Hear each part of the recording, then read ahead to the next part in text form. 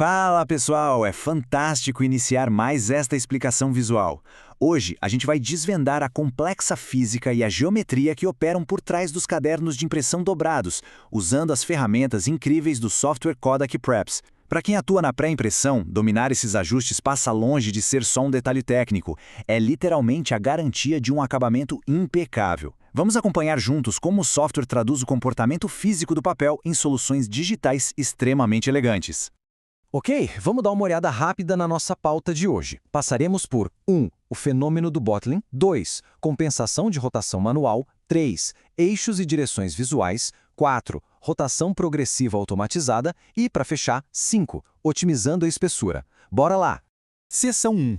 O fenômeno do bottling. O verdadeiro problema físico dos cadernos dobrados.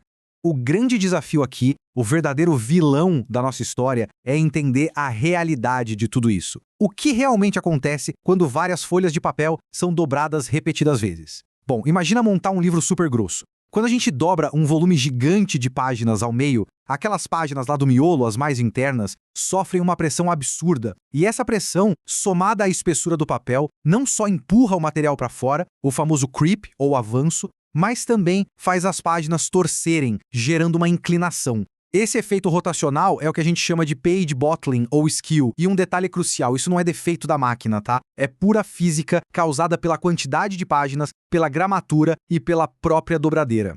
Esse padrão em leque ilustra brilhantemente o que acabamos de falar. Reparem como as páginas dobradas dão aquela inclinada sutil para fora. É fascinante, não é? Porque, pensando bem, se a arte for gravada na chapa perfeitamente reta, a hora que ela passar por todo esse estresse físico de dobragem, o texto e as imagens vão acabar tortos na mão de quem for ler. Compreender essa distorção física do papel é o primeiro passo absoluto antes de a gente tentar instruir qualquer sistema para corrigi-la. Vamos para a seção 2, compensação de rotação manual, revertendo a inclinação.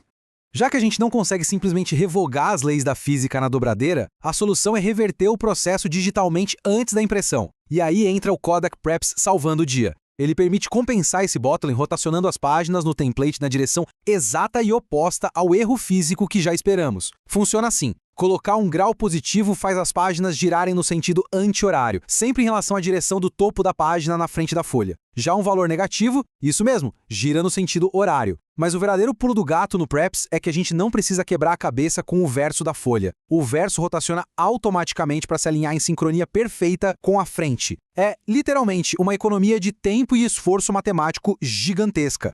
Entrando na seção 3. Eixos e direções visuais, ancorando a rotação. Então o ponto crucial aqui é o seguinte: saber só o grau e a direção não basta. É igual prender uma folha de papel num quadro com um alfinete e girar, o lugar exato onde o alfinete está muda tudo. O software precisa dessa âncora digital. Nas propriedades de página de template, temos acesso a uma lista exata de pontos de ancoragem. Dá para rotacionar pelos cantos, superior esquerdo, superior direito, inferiores. Dá para usar o exato centro da página ou até um ponto arbitrário, que aí, claro, vai exigir a entrada precisa de coordenadas x e y. A escolha desse eixo vai depender 100% de como a dobradeira puxa e trava a folha no acabamento. Ao comparar esses dois cenários, a diferença de movimento salta aos olhos. Num caso, usando um ponto arbitrário com eixos x e y, a página gira, mas a área de ocupação dela, o footprint do layout, muda drasticamente, chegando até a invadir as margens de um jeito bem particular. Agora, no outro cenário, com a rotação centralizada, a página gira perfeitamente em torno de si mesma. A moral da história? Aplicar o grau certinho num eixo errado vai resultar num caderno torto do mesmo jeito lá no fim da esteira de produção. Seção 4. Rotação progressiva automatizada. Inteligência de software baseada no papel. Bom, vamos avançar e ver como isso ganha escala. Ajustar graus manualmente, página por página, até funciona, mas imagina uma produção colossal. Para isso, temos um superpoder digital, a inteligência de automação baseada na espessura do papel, o Stock-Based Progressive Bottling. A grande sacada é que essa rotação progressiva é calculada estritamente em cima do número de páginas daquele caderno específico, daquela signature. Isso eleva a ferramenta a outro patamar.